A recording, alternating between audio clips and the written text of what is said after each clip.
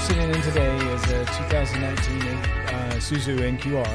Has a GVW, which is gross vehicle weight rating, of 17,950 pounds.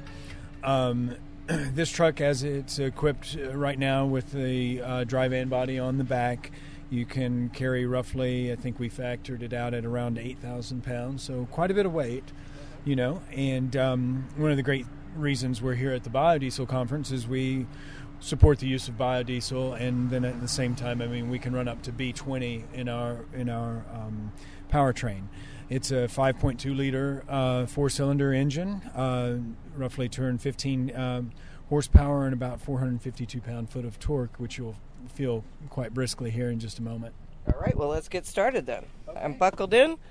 We're buckled in, and we're going to roll.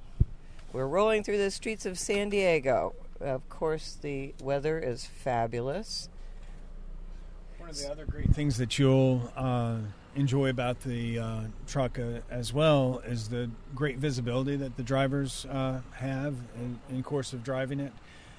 But aside from the visibility that you'll get to see here in a moment, is the easy maneuverability. So we can, you know, turn much quicker and sharper than many of the passenger cars, which makes a huge difference when you're in the inner city with tight parking spaces and, you know, deliveries, and helps cut down on those three-point turns that can be cumbersome and time-consuming.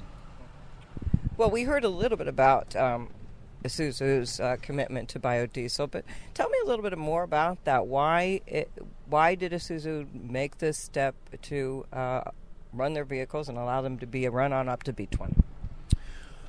Well, we've had the capability for years, and the biodiesel market has been expanding, and so that was kind of our primary thing, is to get a little bit more involved with the board, and this was our first step, was here at the conference. So we've had good luck, with a various amount of customers that have run biodiesel in the trucks, and we don't see any specific maintenance issues or anything related around the use of biodiesel, as long as they're using the correct grades.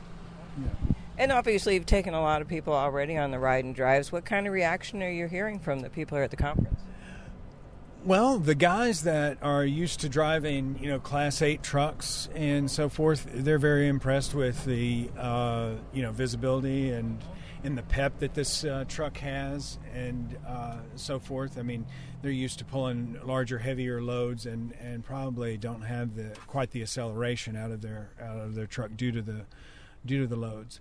The other folks that have gotten in and maybe driven a truck like this for the first time are also amazed as to how easy it is to drive. And I think that they're a little overtaken by the size of it, because maybe they're just used to driving a pickup truck and stuff like that at most, and passenger car levels. But that's one of the great things about this truck. It doesn't require a CDL license or commercial driver's license in any capacity. So, you can drive, a nice truck like this that's outfit for, an application, whether it be, delivery, or whether it be, a service-oriented truck. So, the back half of it can be, upfit with anything from a dry box to refrigerated.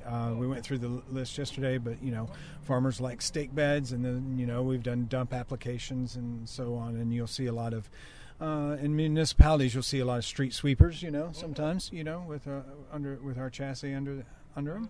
Well, you mentioned the visibility, and as I'm looking around the cab, it's in a lot of ways similar to tractors and combines, the way the visibility, the windows, the way they're designed there, and the mirrors, so that you have that. But comfort-wise, how's that driver's seat? I like it, and I'm very used to it. Having driven it a lot, I think for some people, sitting up this high is a little bit different. But then at the same time, feeling that feel where everything is open in front of you is one that can take some getting used to initially as well.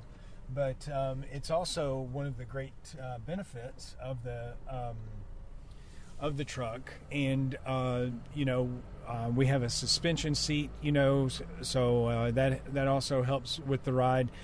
Being that you set up so high and so far forward, you're on the front axle, so you can take in some bumps here and there, and so it's important to kind of keep that in mind when you're shopping your truck, so you can get a suspension seat and make the most out of it for comfort.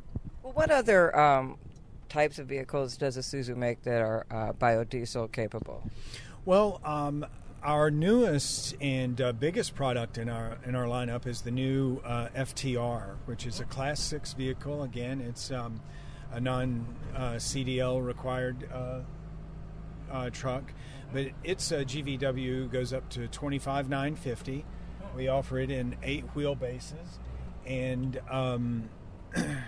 it too is a much bigger truck than this as far as the cab goes. There's more room in the cab, and then at the same time, it has a lot different features that are really more specific to Class 6, like air brakes and things of that nature.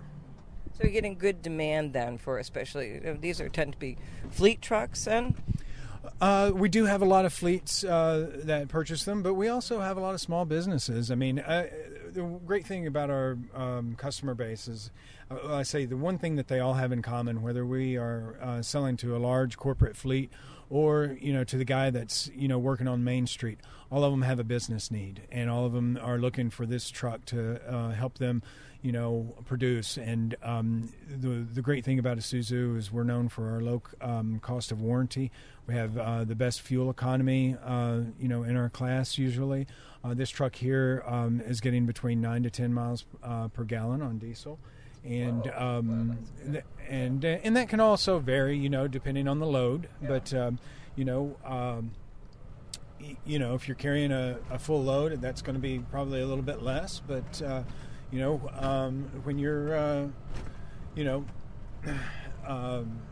going on your regular over the road and you're not doing as many stops, you can really see the benefit in the fuel economy. Yeah. It doesn't seem like much when you talk about, compare diesel to gasoline, but they're totally different. Correct. And if, that's always like one of the things that customers always want, because we do offer gasoline engines in some of our trucks and so forth. And, it's really, where does it become economical for them to, pay for the diesel truck and, versus the gas and so forth. And there's different applications that gas just works better for, but then at the same time, the majority of the applications diesel works great for as well. Well, it's also the big thing, though, is the renewableness of the fuel and the fact that it's a green fuel to use, right?